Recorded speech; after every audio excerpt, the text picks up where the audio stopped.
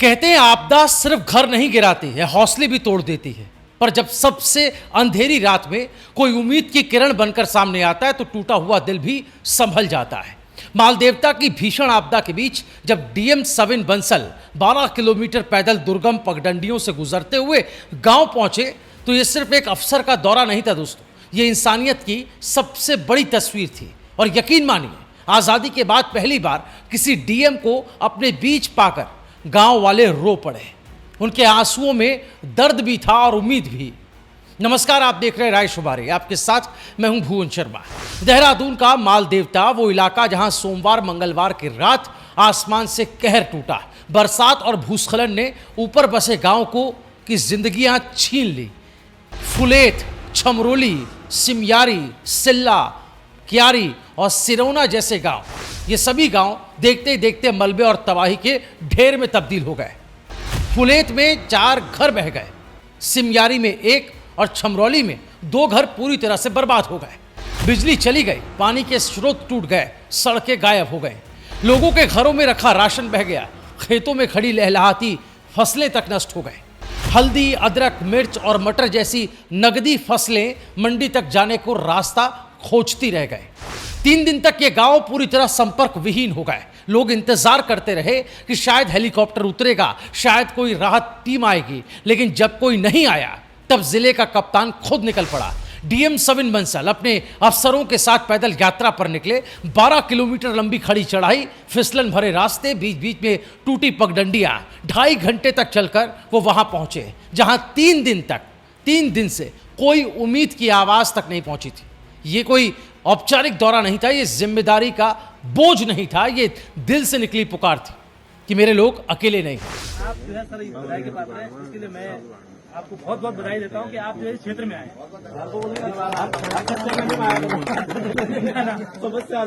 आप आए सर, आप आए तो इस क्षेत्र में बाहर आए सर। पहले डीएम जो इतनी मुसीबत को नेता लोग आते हैं, सिर्फ माल देता था, फोटो खिंचाते हैं, वापस चले जाते हैं।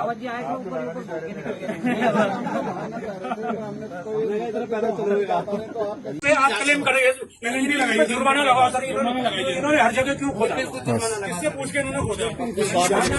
इनको जुर्माना लगना चाहिए। वालों को ऐसा समझ रहे हैं कुछ डंपिंग जोन एक भी नहीं बनाया इन्होंने। जान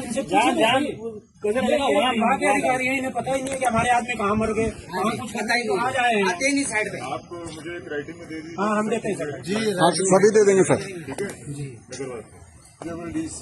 हो गया पूरा सर। एक रोड वहाँ से कोरोना से सर जो हमारे कानून की पैरा उसके बारे में पेंडिंग करेंगे।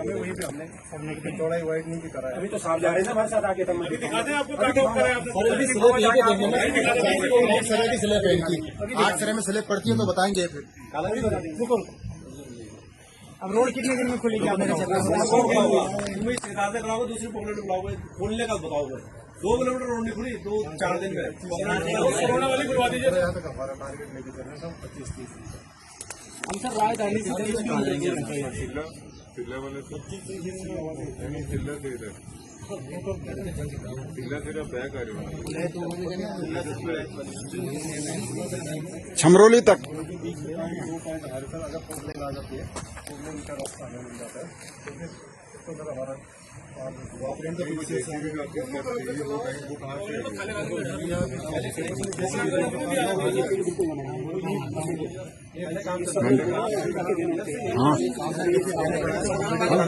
देंगे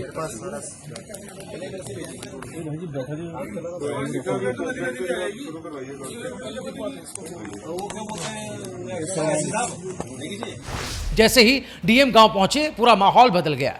गांव वालों की आंखों से आंसू बहने निकले।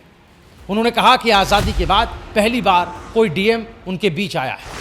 आपदा से टूटे ग्रामीण भावुक होकर बोले, साहब हमारे साथ बैठकर खाना खाइए ताकि लगे कि आप भी हमारे अपने हैं। और डीएम ने बिना संकोच मिट्टी के घर में ग्रामीणों के साथ बैठकर रोटी खाई। सोचिए, जहां तकलीफों से लोग अकेले थे वहां प्रशासन का सबसे बड़ा अधिकारी उनके बीच बैठा, उनकी थाली से खाना खाया। उस पल ने साबित कर दिया कि जनता और सरकार के बीच सिर्फ आदेश नहीं बल्कि दिल का भी रिश्ता होने की बहुत ज़्यादा ज़रूरत है। डीएम ने वहां पहुंचकर फौरन आदेश दिए। तहसीलदार, ब्लॉक प्रभारी, कृषि और उद्यान विभाग के अफसर और लोक निर्माण विभाग यानी पीडब्ल्यूडी के इंजीनियर्स को मौके पर तैनात कर दिया गया। नुकसान का आकलन कर उसी दिन रिपोर्ट तैयार करने को कहा। जर्जर पैदल मार्ग और खाली जो तुरंत इसको खाली कराने के आदेश दिए गए। पीएमजीएसवाई को मौके पर फंड स्वीकृत कर दिए गए। गांव वालों तक राशन पहुंचाने के लिए कहा गया, चाहे हेलीकॉप्टर से जाएं या खच्चरों से, लेकिन गांव भूखा ना रहे। डीएम ने साफ कहा कि इस घड़ी में पूरा प्रशासन आपके साथ है, आपकी हर समस्या का समाधान किया जाएगा। डीएम सविन बंसल ने सिर्फ घरों और सड़कों की बात नहीं की, उन्होंने बच्चों के भविष्य की चिंता भी की। छिमरौली और रायका भगद्वारा खाल के स्कूलों की हालत गंभीर थी, रास्ते टूट चुके थे, शौचालय और पानी की समस्या बनी हुई। डीएम ने डीईओ और बीईओ को निर्देश दिए कि शनिवार को ही निरीक्षण कर हर जरूरत को तुरंत पूरा किया जाए। दोस्तों, ये पूरा मामला बताता है कि जब पूरा गांव जख्मी था तब भी बच्चों की पढ़ाई उनके दिमाग से ओझल नहीं हुई। इसी बीच गांव की 62 साल की वृद्धा जिनका नाम केवला देवी है, वो अचानक बीमार हो गए, तो एसडीआरएफ की टीम ने उन्हें स्ट्रेचर पर चढ़ाया, 4 किलोमीटर तक दुर्गम रास्तों से पैदल ले जाकर रोड हेड तक पहुंचाया, वहां से एम्बुलेंस से अस्पताल भेजा गया। ये वही एसडीआरएफ थी जो 3 दिन से 3 लापता मजदूरों की तलाश में लगातार सर्च ऑपरेशन चला रही थी, लेकिन अफसोस अब तक मजदूरों का कोई सुराग नहीं मिला।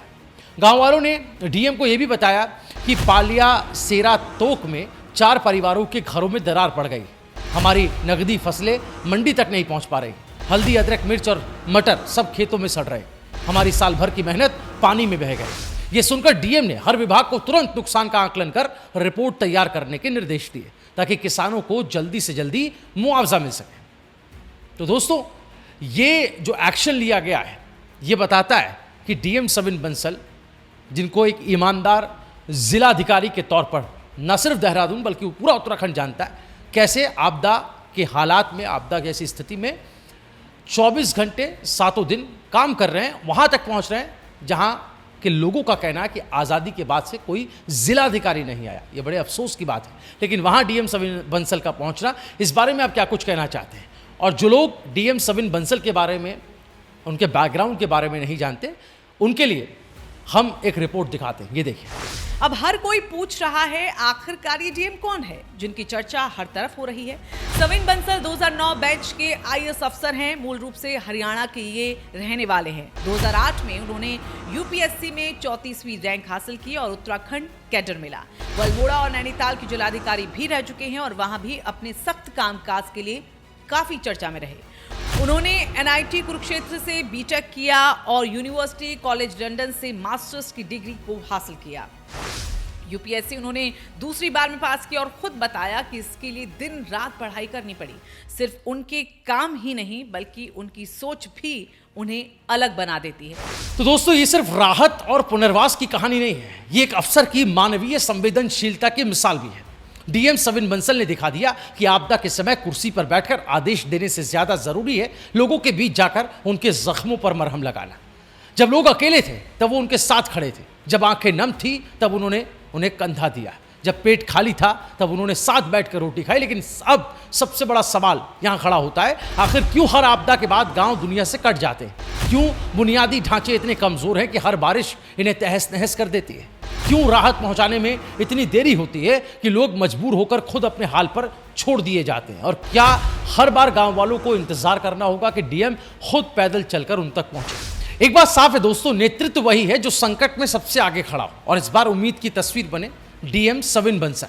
कभी कभी एक इंसान का कदम पूरे गांव के लिए उम्मीद बन जाता है। मालदेवता के इन गांव में ये उम्मीद बनी सविन बंसल नाम का वो अफसर जो सिर्फ डीएम ही नहीं बल्कि गांव वालों का अपना बन गया है। आप क्या कुछ कहना चाहते हैं डीएम सविन बंसल के इस कदम पर और इस खबर पर? जरूर कमेंट करें, इस वीडियो को ज्यादा से ज्यादा शेयर करें।